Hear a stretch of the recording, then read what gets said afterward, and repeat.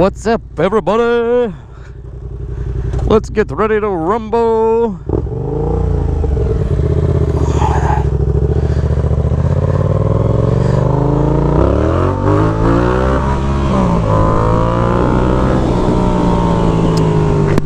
That was fun. Anyway, guys, we just left Ozone Natural Falls area.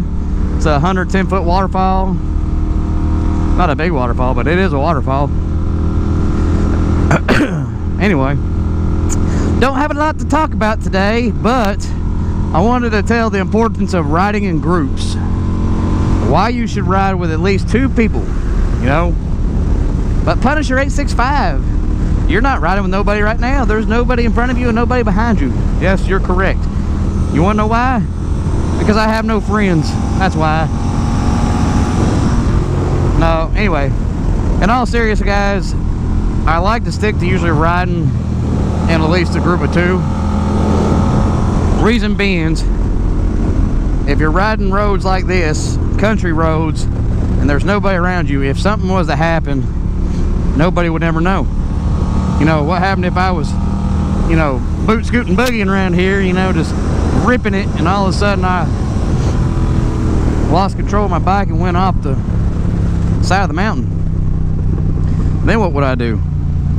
You know, I'd be sitting there, nobody would be able to find me or anything like that. That's part of the reason.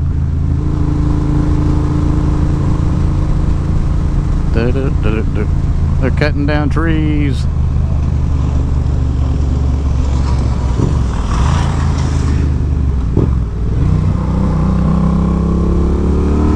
Okay, back to what I was saying before I got distracted by utility workers. Alright.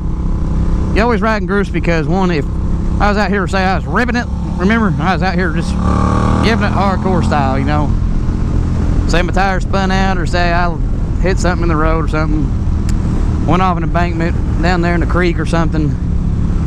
You know, nobody would ever find me.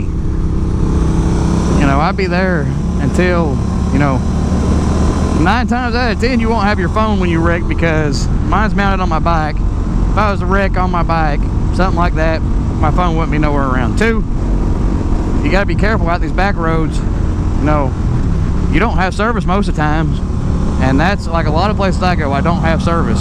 So that is another reason why I say to ride in a group, because if you don't have service and you break down, then what are you going to do?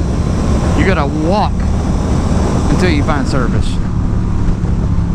For instance, I'm going to go back to, you guys might have seen my social page. I was going to go meet with a buddy. We were going to go actually to ride up here to Ozone, where I just come from.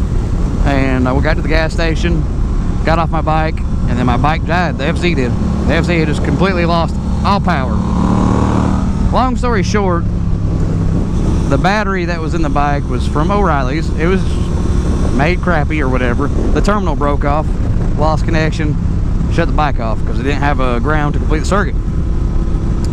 Anyway, luckily I was in town and my buddy was with me, because he just went home, got a truck and trailer, we put it on there, and he gave me a lift back home. Now if I was out up at the Dragon, for say, and that happened to me, you know, 1, there's no phone service. 2, that's a long walk to get phone service, or even to hit civilization. So it's like, I guess that's the main reason that you should ride in a group, at least a group of 2. I always have a riding buddy. The only time I usually don't have a riding buddy is if I plan on sticking to town or something of that nature, or sticking to somewhere that I know I'm going to have phone service. Being to Ozone before, I know I had phone service all the way there, and I didn't plan on really ripping it. So yeah, I know people don't plan on doing stuff a lot of times when it happens, but I didn't have anybody to ride with. I don't have any friends, and you know, most people that do ride, their work schedule is completely opposite from mine. So I mean, everybody else is at work on a weekday, I'm not. So that is probably the main importance of riding in a group of 2. Other than you got someone to talk to whenever you stop and take a break or something like that, it's mainly for safety issues. Kind of like in the workplace. Like, for instance, I'm a diesel mechanic. You know, most places I worked at, there was a 2-man minimum in the shop rule, because what happens if you're working on something and something falls on you? Or you trip, fell, coming out of the truck and land on your head. You know, you never know what kind of freak accident will happen, so they always had the 2-man rule. Speaking of diesel mechanic, there's my boss's car. But guys, remember, if you guys go out, try to ride in groups of 2. Always have a riding buddy, unless you're going to stick in the town or stick in populated areas, I guess. That's my outlook on it. I'm not saying that is the right way to do things, but to me, that is the safest way. And I've seen so many videos on the internet about people riding. I think there was actually a guy that wrecked at the Dragon when he was by himself, and he was there for like over 24 hours before they finally found him. So try to find you a riding buddy every time you go riding. If not, try to stick local in the town, and try not to do nothing stupid. I know that's easier said than done. It's always fun to play when you can play. So that's all I got, guys. Find you a riding buddy.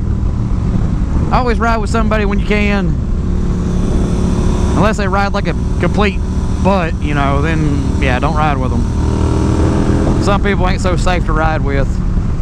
Anyway, y'all have a great day. I'll see you on the next video, guys.